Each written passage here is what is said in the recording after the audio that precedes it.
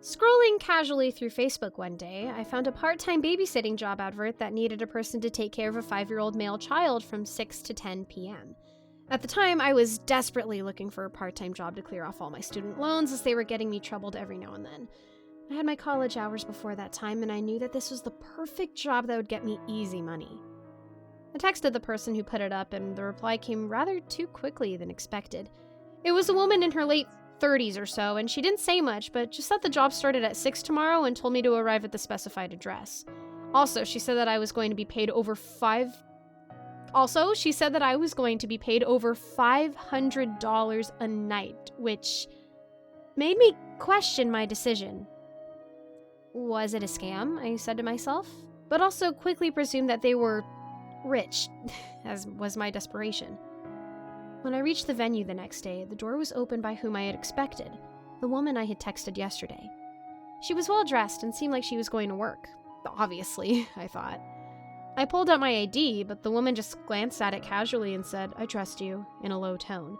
"But he'll be sleeping right now. Don't wake him up," she completed. She also handed the keys of the house and a paper to me, and started walking towards her car to leave. Can I make some coffee?" I cried out from behind, waving the sachet I had brought with me. She didn't turn around, but nodded her head, went inside, and drove away. Okay.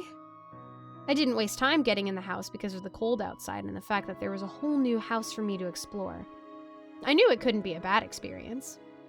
I went in, kept the keys and stuff on the shoe rack, and sat down on the couch as I knew it was going to be more boring than I had convinced myself. I took out my phone and started my daily regimen. That is, scrolling through no sleep. The stories seldom scared me anymore. So, at around 7 p.m., the boredom started getting the better of me.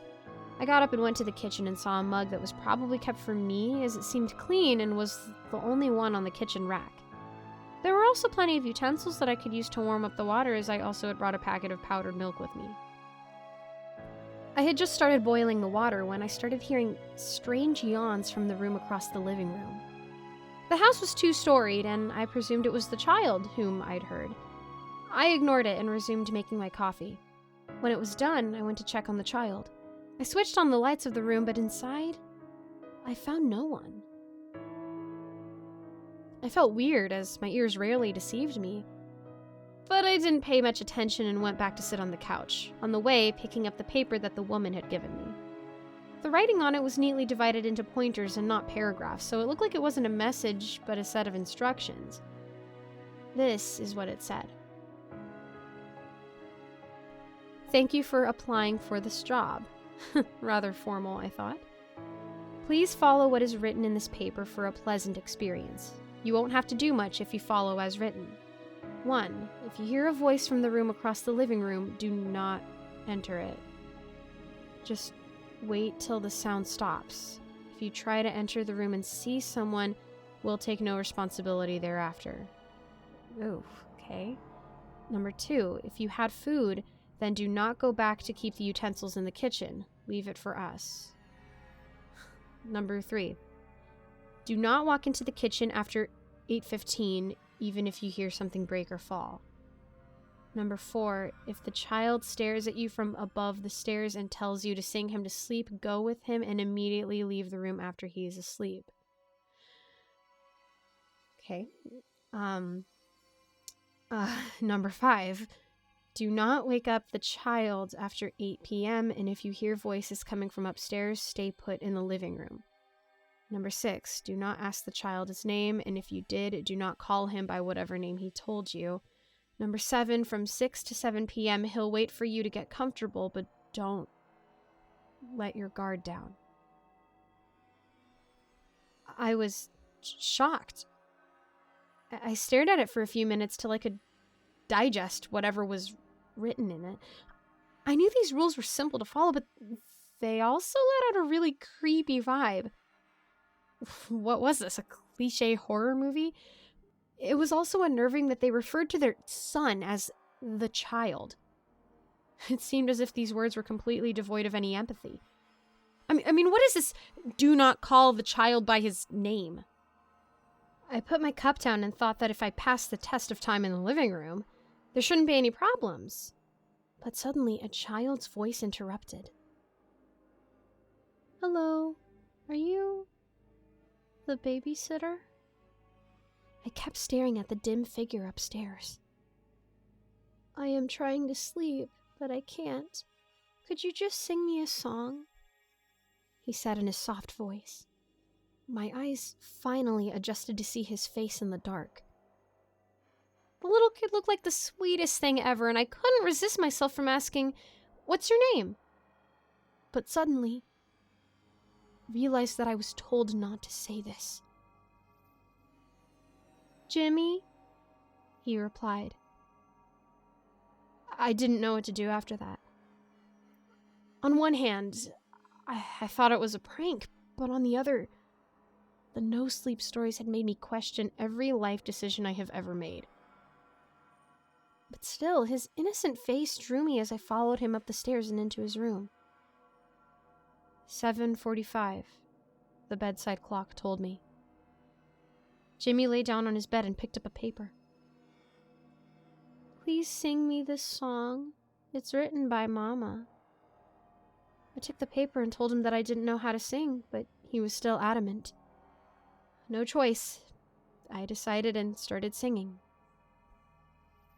"Monsters running everywhere. Little kids may stay with me here. Where is the monster? Where is he? Little Jimmy wants to know who's there." What was with these lyrics?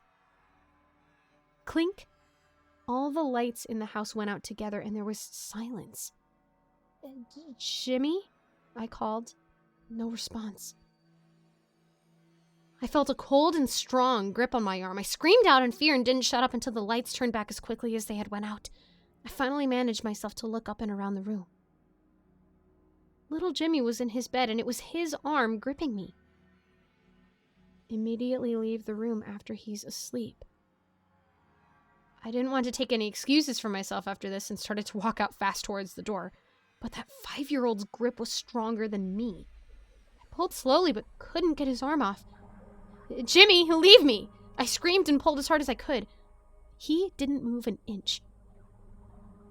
I almost would have cried at this point, but what made me fear the most was that it was now 8 p.m. and I was still in his room. Do not wake up the child at 8 p.m. and if you hear voices coming from upstairs, stay put in the living room. He opened his eyes, and to my horror, they weren't like any human. They somewhat would have resembled a cat's eyes. "You forgot to wish me sweet dreams," he said, grinning, and released me. I didn't wait a second more. I ran down the stairs, holding my breath.